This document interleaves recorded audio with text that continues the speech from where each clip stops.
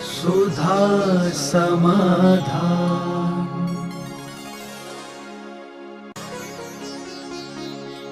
नमोस्तु गुरुदेव। क्या तत्वार्थ सूत्र जी का मौखिक वाचन करते समय अनजाने में गलत उच्चारण होने से हमें पाप लगता है?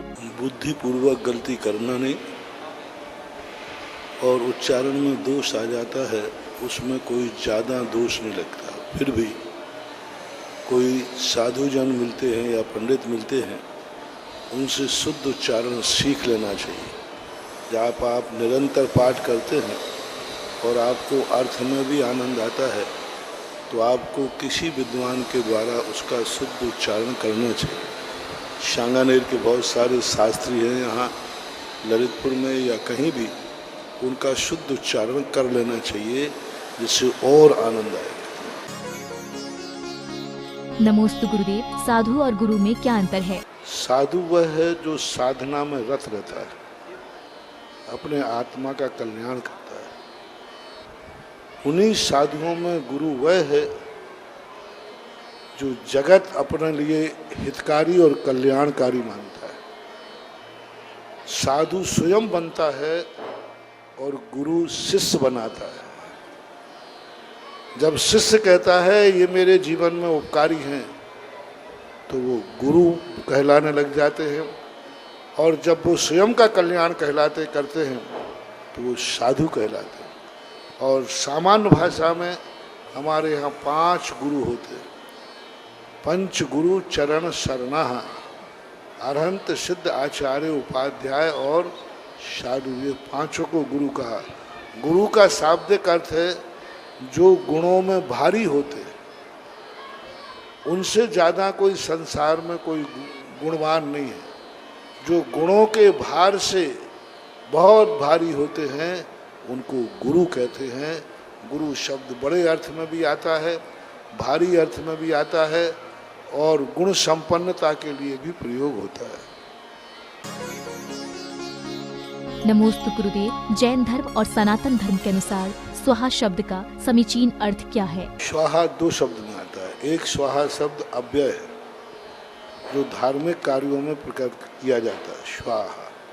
दूसरा जो स्वाहा शब्द है, स्व प्रत्यय लगा है, हु हाक त्यागे।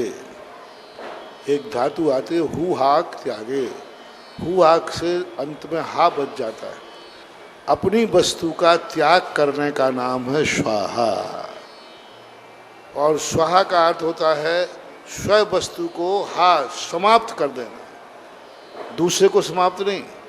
कर्मों को स्वाहा कर दिया, पुष्प को स्वाहा कर दिया, यानी अपनी वस्तु को कई स्थानों पर स्वाहा शब्द अव्यय के रूप में भी लिया गया है।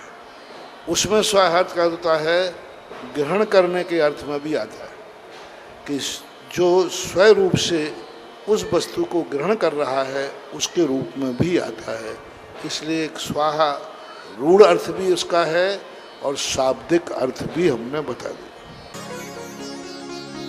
नमोस्तु गुरुदेव। यदि किसी कारणवश कोई दान दातार प्रतिमा विराजमान करने का संकल्प बीच में छोड़ दे तो उसे कौन से कर्म का बंध होगा? पहली बात तो जिन्होंने त्यागा है उसका कारण जानना पड़ेगा। यदि समर्थ होकर त्यागा है तो उन्होंने बहुत बड़ी गलती की। उनकी ज़िंदगी में ये धोखा ऐसा बनेगा कि ये बहुत बड़ा व्यापार करेंगे और अंत में बीच में जाकर के दिवालिया हो जाएंगे। ये पाप उन्हें काम आएगा। बहुत बढ़ चढ़ के व्यापार होगा और अंत में जाकर के जैसे उसके प्रॉफिट की बात आएगी तैसे ही उनका सब कुछ मिट जाएगा, दिवालिया होना पड़ेगा। और ये पुण्य पाप उनके खाते उस समय आएगा, किसी भी कार्य में वो सफलता प्राप्त करने के निकट होंगे और उसी समय फैल हो जाए। इसलिए सामान्य रूप से धार्मिक क्रियाओं में किया हुआ संकल्प प्राण जाए पर प्रण नहीं जाए। कैसे भी हो, जैसे बने तैसे, धर्म के रूप में एक बार भी संकल्प निकल गया है उसे पूरा करना चाहिए। दूसरी बात, कई लोग जो हैं मूर्तियां आ जाती हैं, मंदिर बन जाता है और वो पैसा नहीं दे पाते। वस्तुतः मंदिर में जब भी काम लगे कई लोग कहते हैं कि हमने दान बोला, पहले आप बनाओ बाद में दे देंगे। पहले आप बनाओ, तो उनके लिए कैसा कर्म हो जाएगा कि कभी उन पर संकट आएगा, बोले पहले आप मरो बाद में दवाई भेज देंगे। पहले मरो तो सही, भगवान मैं मर रहा हूं बचाओ, अरे भाई मर तो सही, बाद में बचाऊंगा, क्या खा के बचाओगे? यानी कुआं खोदोगे कब? आग लगने के बाद कुआं खोदे। वास्तविक दान है कि तुम्हारे पैसे से ही जो वस्तु तुमने बोली है, मान लो कमरा बोला है तो कमरे में सीमेंट आए तो तुम्हारे पैसे से आए, मजदूरी जाए तो तुम्हारे पैसे से जाए, सहज कूट बना इतना बड़ा, तुम्हारी मूर्ति का जो पैसा था, मूर्ति में जो राशि बोली थी आपने, वो मूर्ति की राशि नहीं थी, ये इतना बड़ा पूरा जो सहज कूट खड़ा है ना कीर्तिदम, ये पूरा तुम्हारी राशि शामिल है उसमें, अकेले मूर्ति नहीं है, इतना पूरा है। अब इतना सहज कूट बन चुका है और कई लोगों का अभी दान नहीं आया होगा, नहीं आया होगा। अब उनकी स्थिति बड़ी विकट होगी, क्योंकि उनका सब कुछ हो जाएगा, उनका पुण्य कभी उनके काम नहीं आएगा। मरने के बाद डॉक्टर आएगा, मरने के बाद वो 108 नंबर की गाड़ी आएगी, अस्पताल के दरवाजे तक पहुंच पाओगे, पहुंचने वाले थे और ऑक्सीजन खत्म हो जाएगी। ये कर्म ऐसे होते हैं महाराज। बस 1 मिनट की देरी और थी, 1 मिनट में ऑपरेशन थिएटर में देरी कैसी थी? यहां भी तो तुमने देरी की थी। टिट फॉर जैसा जैसा नोट कर लेना, जैसा जैसा तुम यहां देर कर रहे हो, कमेटी वाले मांग दे देंगे जब देना होगा, नोट कर लेना। जब जब तुम भगवान के पास सभी संकट में आओगे तो कर्मी कहेगा हाँ कर दूंगा सहायता, जल्दी क्या, बड़ी तेरे बाप का नौकर हूं क्या? कर्म कहेगा उस समय। तुम गड़गड़ाओगे देखो मेरा मरीज मर रहा है, हे भगवान बचाओ, हे कर्म बचाओ, और कर्म कहेगा जब समय मिलेगा तब दे दूंगा, जब समय मिलेगा जब बचा लूंगा। और ज्यादा बार बार कहा क्या जवाब दोगे? बार बार ने कमेटी ने तुमसे मांगा तो अंत में क्या जवाब देते हो? दे दूंगा, आज के बाद आए तो ध्यान रखना, जब देना होगा देना का, तुम्हारे बाप का कर्जा नहीं देना। नोट कर लेना, जब जब तुम्हारे अशुभ कर्म का उदय आएगा तुम चिल्लाओगे, खूब गिड़गड़ाओगे, कर्म कहेगा कर दूंगा सहायता, और ज्यादा गिड़गड़ाए तो कर्म भी कहते तेरे बाप का नौकर नहीं है, मरता है तो मर। ये होता है, सब होता है। मेरे सामने लोग आते, महाराज जी मैंने इतना धर्म किया, इतना गिड़गड़ाया, कोई ने मेरी साथ नहीं दिया। मैं उनसे कहता हूं ये कर्म साथ आएगा। मेरा कहना मान जाओ कि चाय भली भूखे सो जाना, लेकिन मंदिर का दान बोला है तो पहले दे देना। दान बोलने के बाद जाकर के जब मुंह से निकल गया, घर जाके भोजन बाद में करो, पहले दो। सबसे अच्छा दान है बोलने के पहले जेब में रख के लाओ। मान लो ऐसा ना हो पाए तो बोलने के पहले भोजन बाद में करूंगा, पहले दान दूंगा। इतना ना हो पाए तो संकल्प कर लो कि मैं ये पैसा इतने दिन में दूंगा, उससे 1 मिनट भी ऊपर ना हो पाए। जैसे मान लो तुमने कहा ये पैसा मैं साल भर में दूंगा, तो आप घड़ी का टाइम देखना महानुभाव। मेरा दुश्मन भी है तो वो बात सुन ले, आज घड़ी का टाइम देख लेना कि आज मैंने इतने बजे 1 साल मांगा है, और उतने बजे जब 1 साल पूरी हो जाए 1 सेकंड ऊपर मत होने देना।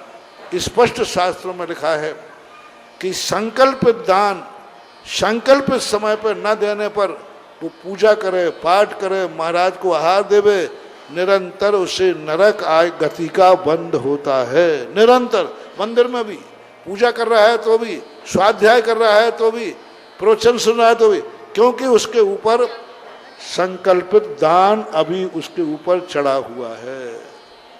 महानुभाव गलती नहीं करना। अपना बोला हुआ जो दान है मूर्ति के निमित्त से, पहली बात तो बोला है कैसे करके दो।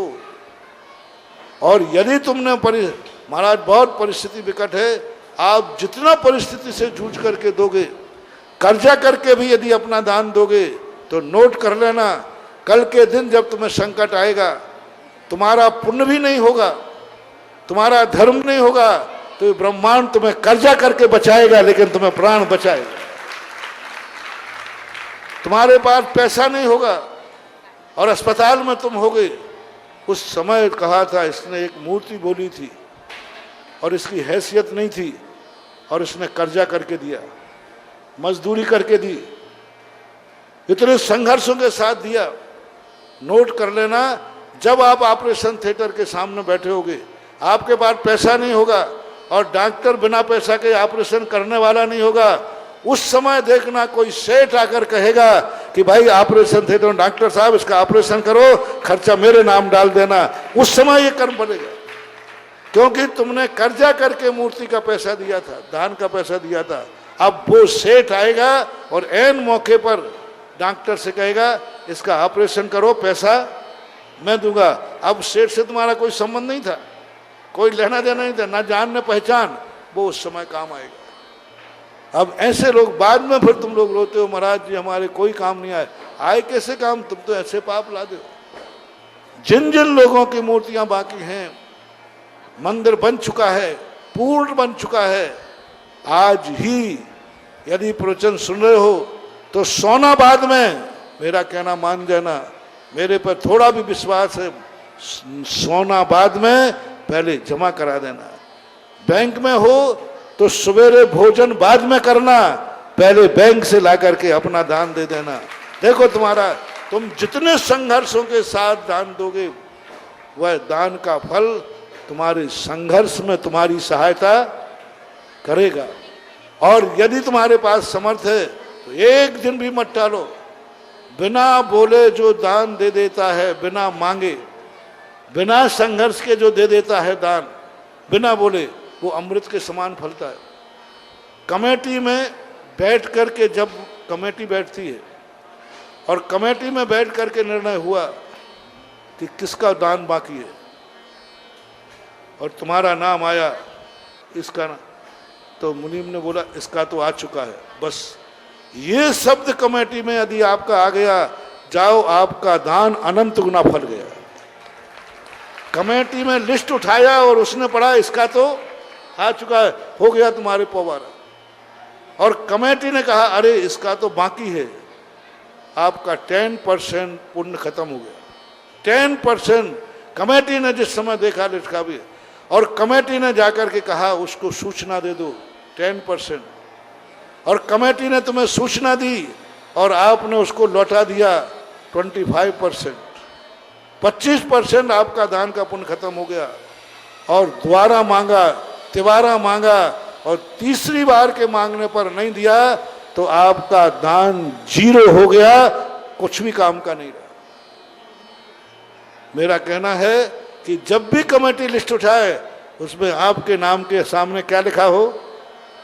जमा। वो दान फलेगा। फिर तुम कहते हो महाराज हमारे इतना दान दे रहा है, कुछ नहीं हुआ। दान कब दिया तुमने? 10 बार मांगने पर? कब दिया? मंदिर बनने के बाद? कब दिया? पंचकल्याणक होने के बाद? कई लोग इंद्र बनते हैं। आजकल बहुत उधारी का समय चल रहा है? झांसी गले की फांसी, वो कहते ना उधार वालों, कितना बड़ा पाप होता है। आप सौधर्मंद बनते हैं, पंचकल्याण कर लिया, पूजा कर लिया, अभी दान राशि बाकी है। यदि बाकी रखना है तो समय का संकल्प कर लो, और बस उस समय को मत भूलना। चाहे सब कुछ भूल जाना, मेरा प्रवचन भूल जाना, मंदिर आना भूल जाना, नमोकार मंत्र भूल जाना, लेकिन कभी कोई बोली बोली है, उसका जो संकल्प किया है उसका टाइम कभी भूलना नहीं, तो फिर ये दान फलेगा फूलेगा। प्रश्न आया तो मैंने कहा महानुभाव चेत जाओ, सहस्रकूट बन गया। और अभी वो चीज़ें तो और किसी दिन बताऊंगा मैं कि सहस्रकूट की महिमा क्या है, और ये सहस्रकूट तुम्हारे जीवन में क्या चमत्कार दिखाएगा और क्या अतिशय दिखाएगा। और जिन्होंने अभी मूर्तियां नहीं बोली हैं उनके दुर्भाग्य कितने हैं, आज नहीं कल पछताओगे। तो अभी मैं किसी दिन बताऊंगा, किसी दिन ऐसे, क्योंकि मैं तो जब कोई निमित्त मिलेगा तभी तो बोल पाऊंगा। कोई भी चीज बचती है वो नियम से किसी ना किसी पुण्य के उदय से बनती है। आपके बुंदेलखंड में एक कहावत है, कुंवारी के भाग्य से विवाह तब मर तो यही है, किसी पुण्यवान व्यक्ति के हाथ से कोई ना कोई मंदिर रह जाता है। एक बार ज्ञानोदय में एक व्यक्ति ने मंदिर छोड़ा, तो मैंने कहा छोड़ दो। अब कमेटी कहती महाराज जी मंदिर छूट गया, अब मंदिर में तो पैसा लग गया, और इसने मना कर दिया, और पैसा तो हमने लगा दिया इसका, और अब कह रहा है कि मैं कैंसिल करता हूँ। तो मैंने उनको यही कहा कि मैंने कि भाई बुंदेलखंड में एक कहावत है कि कुमारी के भाग्य से वाहता मर जाता है। ये जो इसके छोड़ने का भाव आया है, जरूर इससे पुण्यात्मा इस दुनिया में कहीं है, और उसके पुण्य ने इसका परिणाम बिगाड़ा है। तू छोड़, तू पुण्यहीन है, मैं तेरे से पुण्यवान हूं।